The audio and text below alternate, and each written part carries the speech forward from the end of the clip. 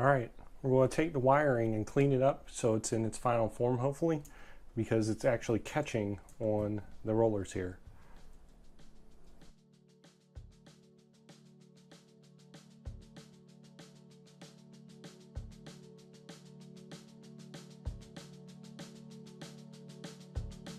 We've got a couple parts ready to go to install a cable chain for my wires here because they were getting caught on the wheel here. I've got a mount for the carriage, a mount to secure the cable chain off to the side, and the cable chain itself that I 3D printed. So let's go ahead and get that installed.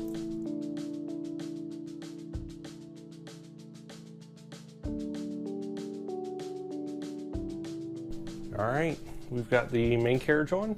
We've taken screws out over here. You will probably have to swap out the screws with a little bit longer versions, of course, because you don't want them to miss the nut, and you don't want them too long that they drive into the middle of the aluminum extrusion. So we'll go ahead and swap that out with one that's 2 millimeters longer and reinstall it.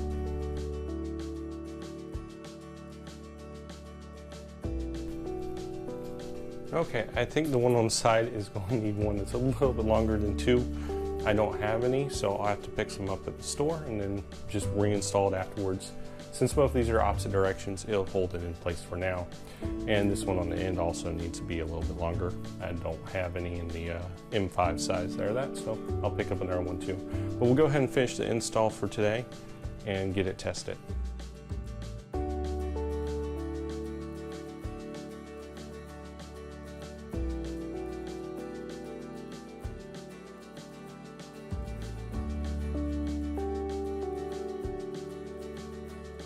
Okay, we've got the wires test fitted.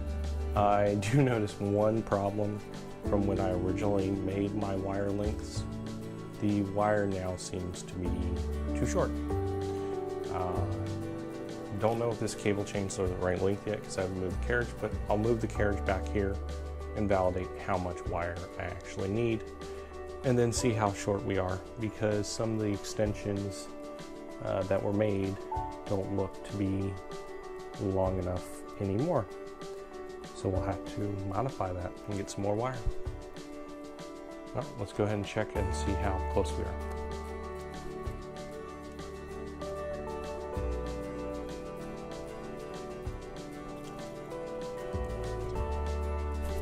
Okay, so I've moved the carriage to the back left as far as it can go, even not quite as far as it potentially could go because I've got something blocking it here.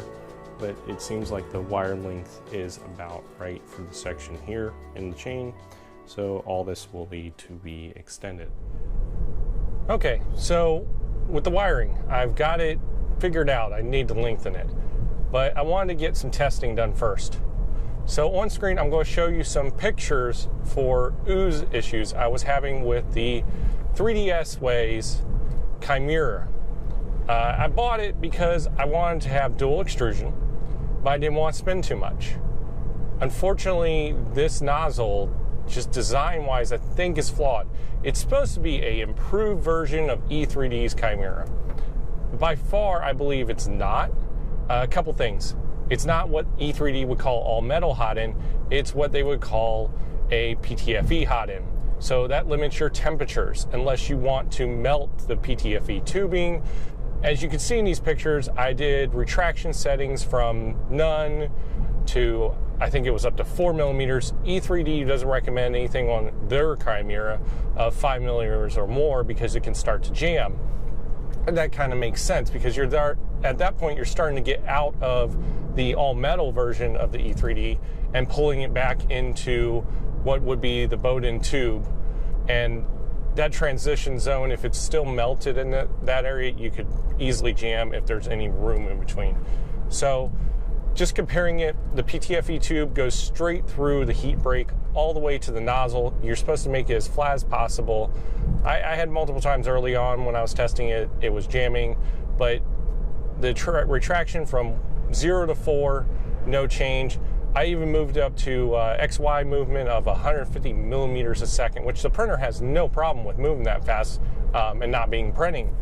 But it changed nothing, as you can see in the pictures. Maybe a little bit on the thickness, but I mean, at that point, I should have no issues with these blocks that are separated. And from on your screen, you're going to see them from my right in this case, but it's going to be separated by 10 millimeters, 20 millimeters, and then 40 millimeters. And each time, it almost creates a bridge effect across the board. It just oozes like nobody's business, and that's totally unacceptable.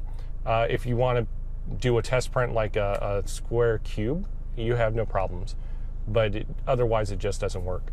So I've gone ahead and ordered a true hot end from E3D, which I'll be showing off in the next video and testing out and seeing how that works. It's not a Chimera, but I just needed something that I can get it on this printer functioning and working so that I can print out.